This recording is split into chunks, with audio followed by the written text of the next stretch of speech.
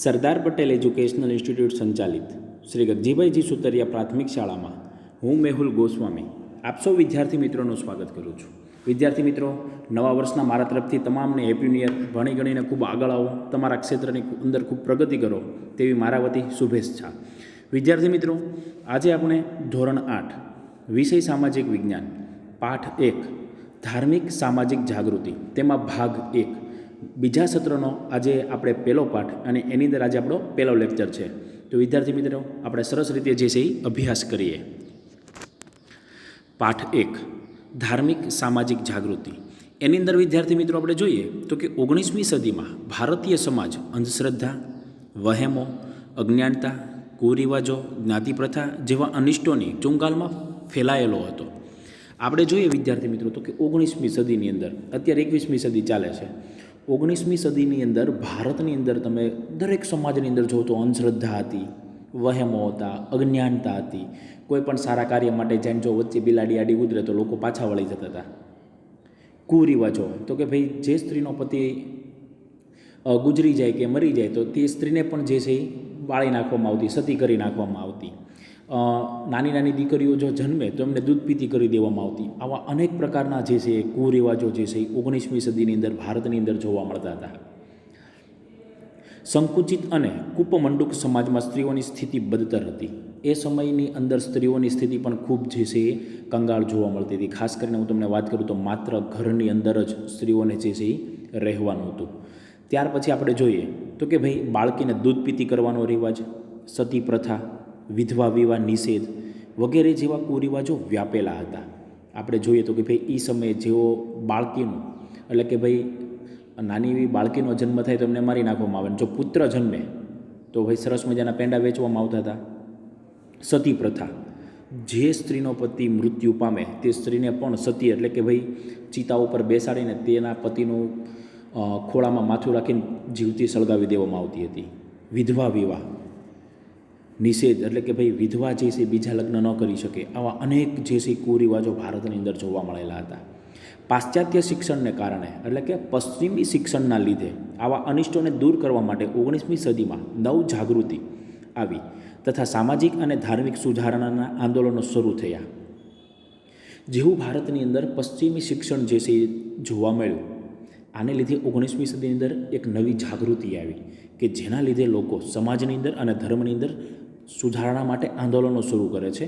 આવા આંદોલનની અંદર આપણે જોઈએ તો કે સૌથી પહેલાં રાજા રામમોહન રાય સૌ પ્રથમ હતા. તો વિદ્યાર્થી મિત્રો, સૌથી પહેલાં જો આંદોલન કર્યું હોય ધાર્મિક અને સામાજિક ક્ષેત્રની અંદર તો તે છે રાજા રામમોહન રાય. હવે વિદ્યાર્થી મિત્રો, આપણે રાજા રામમોહન રાયને વિસ્તારથી ભણીએ કે જેથી કરીને આપણને ખ્યાલ આવે કે તેને કેવા આંદોલનો કરેલા જોવા મળે છે. તો કે રાજા રામમોહન રાયનો જન્મ ઈસવીસન 1772માં બંગાળના હુગલી જિલ્લાના રાધાનગર ગામમાં બ્રાહ્મણ કુટુંબમાં થયો હતો. 1772ની અંદર આપણે જોઈએ તો કે ભાઈ બંગાળની અંદર એક હુગલી નામનો જિલ્લો છે, એનું એક ગામ છે રાધાનગર, અને બ્રાહ્મણ કુટુંબની અંદર રાજા રામમોહન રાયનો જન્મ થયો હતો. રાજા રામમોહન રાયના લગ્ન બાળપણમાં થયા હતા. રાજા રામમોહન રાયના જે લગ્ન છે તે બાળપણમાં થઈ ગયેલા જોવા મળે છે. વળી તેમના ભાઈનું અવસાન થતાં તેમના ભાભી સતી થયા. આ ઘટનાને રાજા રામમોહન રાયને ખૂબ અસર કરી. એમના ભાઈ હતા અને એમનું અવસાન નાની એવી ઉંમરે થઈ જાય છે. એમનું અવસાન થાય છે એટલે એમના સાથે એમની જે કહેવાય ને કે પત્ની છે એટલે કે રાજા રામમોહન રાયના જે ભાભી છે તેમને પણ સતી કરી નાખવામાં આવે છે. આ દ્રશ્ય જોઈને રાજા રામમોહન રાય ઉપર ખૂબ જ જે છે આપણે જોઈએ તો કે ભાઈ ગંભીર અસર જે છે થાય છે. રાજા રામમોહન રાયે તેમણે સતી પ્રથા, બાળ લગ્ન, જ્ઞાતિ પ્રથા, બાળકીને દૂધ પીતી કરવાનો રિવાજ વગેરેનો ઉગ્ર વિરોધ કર્યો અને એ માટે આંદોલનો ચલાવ્યા. આવું આખું દ્રશ્ય જોઈને રાજા રામમોહન રાય એક આંદોલન જે છે શરૂ કરે છે. તેમણે ઈસવીસન 1821માં બંગાળીમાં સંવાદ કૌમુદી અને ઈસવીસન 1822માં ફારસી ભાષામાં મિરાત ઉલ અખબાર નામના સમાચાર પત્રો શરૂ કર્યા. રાજા રામમોહન રાયે જે છે આપણે જોઈએ તો કે બે જે છે સમાચાર પત્રો શરૂ કરેલા છે. તો કે એક 1821માં સંવાદ કૌમુદી અને એક જે છે 1822માં ફારસી ભાષાની અંદર મિરાત ઉલ અખબાર. ત્યાર પછી આપણે જોઈએ તો કે ભાઈ ઈસવીસન 1828માં બ્રહ્મો સમાજની સ્થાપના રાજા રામમોહન રાયે કરી અને સાથે સાથે કલકત્તાની અંદર હિન્દુ કોલેજની સ્થાપના કરી. તેમને અખબારી સ્વાતંત્ર્ય, વાણી સ્વાતંત્ર્ય, સ્ત્રી અધિકાર, વ્યક્તિ સ્વાતંત્ર્ય, કારોબારીથી ન્યાયતંત્રને અલગ રાખવા જેવી બાબતોની વિશિષ્ટ સરકારને ભલામણ કરી. આવી બધી જે છે એ ભલામણો જે છે અંગ્રેજ સરકારને રાજા રામમોહન રાય જે છે કરે છે. ત્યાર પછી વિદ્યાર્થી મિત્રો આપણે જોઈએ તો કે ભાઈ આ જે ફોટો છે તે ફોટો છે રાજા રામમોહન રાયનો. આપણે સરસ રીતે આ ફોટો જે છે જોઈ શકીએ છીએ. હવે વિદ્યાર્થી મિત્રો આપણે જોઈએ તો કે ભાઈ રાજા રામમોહન રાયે સતી પ્રથાના વિરોધમાં ઝુંબેશ ચલાવી હતી. આ રાજા રામમોહન રાય જે છે એ સતી પ્રથાના એટલે કે પોતાના ભાભીનું દ્રશ્ય જોઈને એમના વિરોધની અંદર એક સરસ મજાની જે છે ઝુંબેશ ચલાવી. તેના પરિણામે ઈસવીસન 1829માં અંગ્રેજ ગવર્નર વિલિયમ બેન્ટિંગે સતી પ્રથા ઉપર પ્રતિબંધ મૂકતો કાયદો કર્યો. અનેક પ્રયાસો વારંવાર પ્રયાસો કરવાને લીધે આંદોલનને લીધે અંતે રાજા રામમોહન રાયને એક સફળતા મળે છે. આ માટે એક અંગ્રેજ ગવર્નર વિલિયમ બેન્ટિંગે 1829ની અંદર આ સતી પ્રથા ઉપર પ્રતિબંધ મૂકતો કાયદો જે છે ઘડે છે.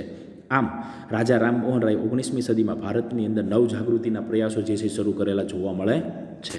ત્યાર પછી વિદ્યાર્થી મિત્રો આપણે જોઈએ તો કે દયાનંદ સરસ્વતી. વિદ્યાર્થી મિત્રો આ જે ફોટો છે તે છે દયાનંદ સરસ્વતીનો. હવે એમના વિશે આપણે અભ્યાસ કરવાનો છે. દયાનંદ સરસ્વતી. દયાનંદ સરસ્વતીનો જન્મ સૌરાષ્ટ્રના મોરબી નજીક ટંકારા ગામમાં સનાતન બ્રાહ્મણ કુટુંબમાં થયો હતો. આપણે જોઈએ તો કે ભાઈ આપણા સૌરાષ્ટ્રના જે મોરબીની પાસે ટંકારા ગામ છે તેની અંદર બ્રાહ્મણ કુટુંબની અંદર આ દયાનંદ સરસ્વતીનો જન્મ થયેલો જોવા મળે છે. તેમને નાની વયે મૂર્તિ પૂજા અને કર્મકાંડની બિનઉપયોગિતા સમજાય. તેમને નાનપણમાં જ ખ્યાલ આવી ગયો ભાઈ કે મૂર્તિ પૂજા અને કર્મકાંડ જે છે આપણા જીવનમાં એટલું મહત્ત્વ છે નહીં. દરેક લોકો જે છે આપણે જોતા હોય તો કે ભાઈ મૂર્તિ પૂજા જે છે કરતા હોય, અમુક લોકો જે છે કર્મકાંડ જે છે તો કે ભાઈ સવારે કોઈ સારી વ્યક્તિનું મોઢું જોવું, સારા એવા કામ માટે સારા એવા સુકન જે છે લેવા, આવા જે છે કહેવાય ને કે ભાઈ અંધશ્રદ્ધાની અંદર ઘણા બધા લોકો જે છે માનતા હતા. તેમણે સત્યની શોધમાં ગૃહત્યાગ કર્યો અને 15 વર્ષ સુધી દેશભરમાં પરિભ્રમણ કરી યોગનો અભ્યાસ કર્યો. સત્યની શોધ માટે ઘરનો જે છે આ દયાનંદ સરસ્વતી ત્યાગ કરે છે અને 15 વર્ષ સુધી દેશની અંદર પ્રવાસ કરે છે અને યોગનો જે છે અભ્યાસ કર્યો છે. સંન્યાસ લઈ મથુરામાં સ્વામી વિરજાનંદ પાસે હિન્દુ શાસ્ત્રનો અભ્યાસ કર્યો. ગૃહત્યાગ કર્યો એટલે કે ભાઈ પોતે જે છે સંન્યાસ જે છે ધારણ કરી લે છે અને ત્યાં મથુરાની અંદર એમને એક ગુરુ મળે છે, સ્વામી વિરજાનંદ પાસે હિન્દુ શાસ્ત્રનો જે છે અભ્યાસ કરે છે. ત્યાર પછી જોઈએ તો કે ભાઈ સ્વામી દયાનંદ સરસ્વતીએ વર્ગ અને જ્ઞાતિવિહીન સમાજ રચના દ્વારા ધાર્મિક, સામાજિક અને રાષ્ટ્રીય દ્રષ્ટિએ દેશની એકતા સાધવાનો પ્રયત્ન કર્યો. દયાનંદ સરસ્વતી એક સરસ મજાનું કાર્ય જે છે કરે છે તો કે ભાઈ ઉચ્ચ નીચના ભેદભાવ સમાજ રચનાની અંદર આપણે જોઈએ તો કે ભાઈ ધાર્મિક દ્રષ્ટિએ, સમાજની દ્રષ્ટિએ તો કે ભાઈ આ બધું એક જે છે કહેવાય ને કે આપણો મનની અંદર જે એક વહેમ છે, આ એક સરસ મજાનું કાર્ય છે કે ભાઈ આપણે બધા ભારત દેશના રહેવાસી છીએ, આપણે બધા એક છીએ. તેમણે વેદોમાં ભારતીય ધર્મ અને સંસ્કૃતિના દર્શન કર્યા. જે વેદો છે, જે શાસ્ત્રો છે એમની અંદર જ એના ભારતીય જોઈએ તો આપણે ભારતની અંદર જે એમના ધર્મો અને સંસ્કૃતિના જે છે એમને દર્શન થાય છે. તેમણે લોકોને વેદો તરફ પાછા વળવાનો બોધ આપ્યો. લોકોને શું કીધું ભાઈ કે ભાઈ તમે વેદો તરફ પાછા વળો, નહીં કે મૂર્તિ પૂજા અને કર્મકાંડમાં નહીં, પણ જે આપણા શાસ્ત્રો છે તેમની તરફ તમે પાછા વળો. તેમણે સત્યાર્થ પ્રકાશ નામના ગ્રંથની રચના કરી. એમણે એક ગ્રંથ લખેલો છે, એમનું નામ છે સત્યાર્થ પ્રકાશ. તેમણે જણાવ્યું કે વેદોમાં મૂર્તિ પૂજા, ક્રિયાકાંડ, બાળ લગ્ન, સતી પ્રથા, અસ્પૃશ્યતાનો ઉલ્લેખ થયો નથી. એમણે કીધું ભાઈ લોકોને સમજાવ્યા કે વેદોની અંદર એવો કોઈ જે છે ઉલ્લેખ જોવા નથી મળતો કે તમે મૂર્તિ પૂજા કરો, આ બધા ક્રિયાકાંડ જે છે બધી વિધિ કરો છે, કાંઈ પણ પશુ હિંસા કરો છો, આ બધું જે છે તમે મૂકી દો. બાળ લગ્ન એવું કોઈ પણ જગ્યાએ ઉલ્લેખ નથી. ત્યાર પછી જોઈએ તો કે ભાઈ સતી પ્રથા, અસ્પૃશ્યતા એટલે કે ભાઈ ઊંચ નીચના ભેદભાવ, આવો એક કંઈ જે પણ ગ્રંથની અંદર શાસ્ત્રની અંદર ઉલ્લેખ જોવા મળતો નથી. આ બધું આપણે જે છે પોતાની જાતે ઘડેલું છે. તેમણે એકેશ્વરવાદનો બોધ આપ્યો. ઈશ્વર માત્ર એક જ છે એવો બોધ જે છે દયાનંદ સરસ્વતીએ આપ્યો. તેઓ હિન્દી ભાષામાં બોધ આપતા હતા, તેથી તેમના વિચારો દેશના લોકો સુધી પહોંચી શક્યા. દયાનંદ સરસ્વતી જે છે એ આપણે જોઈએ તો કે ઉપદેશ જે છે હિન્દી ભાષામાં એમનું ભાષણ હતું.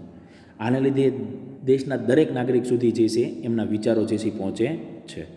દયાનંદ સરસ્વતીએ આર્ય સમાજની સ્થાપના કરી ઈસવીસન 1875માં. આ દયાનંદ સરસ્વતી એક સરસ મજાની સમાજની સ્થાપના કરી, તેનું નામ છે આર્ય સમાજ. એ ઈસવીસન 1875ની અંદર. ત્યાર પછી આપણે જોઈએ તો કે લાહોર, પંજાબ, ઉત્તર પ્રદેશ, રાજસ્થાન અને ગુજરાતમાં આર્ય સમાજનો ઝડપથી પ્રચાર થયો. આપણે જોઈએ તો કે ભાઈ ઘણા બધા રાજ્યોની અંદર જે છે આર્ય સમાજનો પ્રચાર જે છે ઝડપથી વહેવા લાગ્યો. તેના પરિણામે ઝડપી સામાજિક પરિવર્તન આવ્યું. સમાજની અંદર ઝડપથી જે છે પરિવર્તન જોવા મળે છે. અને અત્યારે આપણે જોઈએ છીએ 21મી સદીની અંદર કેવું આધુનિક પરિવર્તન છે, ટેકનોલોજીનો યુગ જે છે આપણને જોવા મળે છે. આર્ય સમાજે ધર્માંતર પામેલા હિન્દુઓને હિન્દુ ધર્મમાં પાછા લાવવા માટે શુદ્ધિ ચળવળ શરૂ કરી, જેને કારણે પરધર્મ સ્વીકાર્યો હોય કે સ્વીકારવાની ફરજ પડી હોય તેવા હિન્દુઓને પાછા આવવા માટેના દ્વાર પ્રથમવાર ખુલ્લા મૂક્યા.